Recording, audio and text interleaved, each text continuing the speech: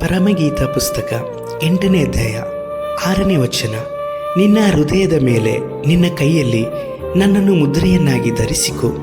ಪ್ರೀತಿಯು ಮರಣದಷ್ಟು ಬಲವಾಗಿದೆ. ಪ್ರೀತಿ ದ್ರೋಹದಿಂದ ಹುಟ್ಟುವ ಮತ್ಸರವು ಪಾತಾಳದಷ್ಟು ಕ್ರೂರ. ಅದರ ಜ್ವಾಲೆಯು ಬೆಂಕಿಯು, ಉರಿ, ಅದು ಯೆಹೋವನ ರೋಷಾಗ್ನಿಯು.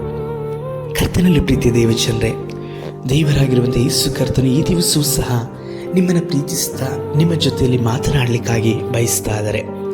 ಓದಿಕೊಂಡಂತಹ ವಾಕ್ಯದಲ್ಲಿ ಗಮನವಿಟ್ಟು ನೀವು ಆಲೋಚನೆ ಮಾಡಿರಿ. ನಿಮ್ಮ ಹೃದಯದಲ್ಲಿ ಕರ್ತನಿದ್ದಾರಾ? ಅವರನ್ನು ನೀವು ಧರಿಸಿಕೊಂಡವರಾಗಿದ್ದೀರಾ?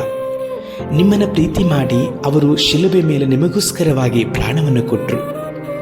ವಾಕ್ಯದಲ್ಲಿ ನೋಡಿದ ಪ್ರಕಾರವಾಗಿ ಅದು ಎಷ್ಟು ಎಂಬುದಾಗಿ ನೋಡುವುದಾದರೆ, ಅವರು ನಿಮ್ಮ ಮೇಲೆ ಇಡಲ್ಪಟ್ಟಂಥ ಪ್ರೀತಿ, ನಿಮಗೆ ತನ್ನ ಪ್ರಾಣವನ್ನೇ ಅವರು ಸಮರ್ಪಿಸಿಕೊಟ್ಟಂತಹ ಪ್ರೀತಿ.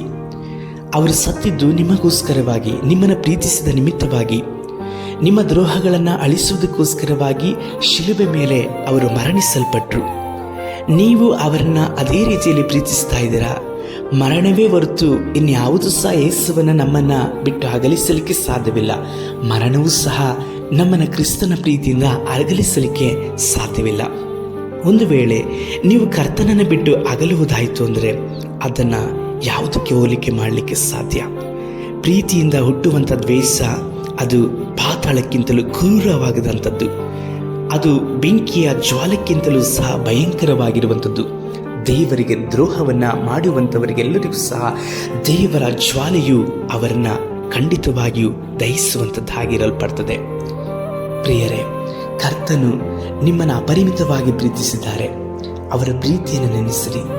ಎಲ್ಲಿಯ ತನಕವಾಗಿ ಪ್ರಾರ್ಥನೆ ಮಾಡದಂತೆ, ಎಲ್ಲಿಯ ತನಕವಾಗಿ ಆರಾಧಿಸಿದ ಹಾಗೆ, ಎಲ್ಲಿಯ ತನಕವಾಗಿ ನೀವು ವಾಕ್ಯವನ್ನು ಕೈಗೊಂಡು ನಡೆಯದ ಹಾಗೆ, ಎಲ್ಲಿಯ ತನಕವಾಗಿ ಸಹೋದರರನ್ನ ಸೇವಕರನ್ನ ದ್ವೇಷಿಸಲ್ಪಟ್ಟವರಾಗಿ ನಿನ್ನ ಕಲ್ಪನೆಯ ಅನುಸಾರವಾಗಿ ನಡೆಯಲ್ಪಡ್ತೀಯ?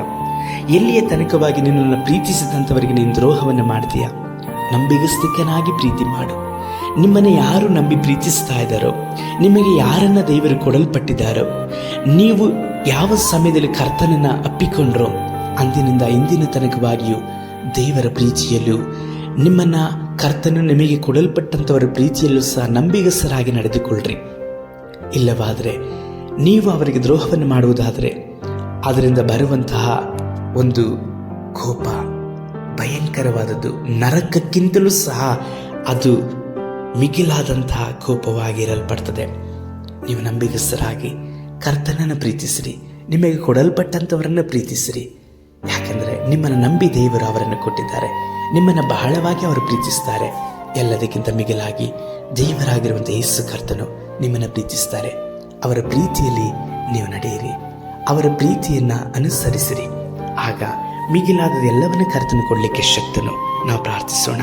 ಸರ್ವಶಕ್ತನಾದ ದೇವರೇ, ನಮ್ಮ ಹೃದಯಗಳಲ್ಲಿಯೂ ನಮ್ಮ ಕೈಗಳಲ್ಲಿಯೂ ಯಾವಾಗಲೂ ನಿಮ್ಮನ್ನು ಧರಿಸಿಕೊಂಡು ನಿಮ್ಮ ಪ್ರೀತಿಯಲ್ಲಿ ನಾವು ತಲ್ಲೀನರಾಗಿ ಜೀವಿಸುವ ಹಾಗೆ ನಮಗೆ ಕೊಡಲ್ಪಟ್ಟಂಥವರ ನಡುವೆಯೂ ಅವರ ಪ್ರೀತಿ, ಅವರ ನಂಬಿಗಸ್ತಿಕೆಯನ್ನು ನಾವು ಕಾಪಾಡಿಕೊಳ್ಳುವ ಹಾಗೆ ನಮಗೆ ಸಹಾಯಿಸಿರಿ.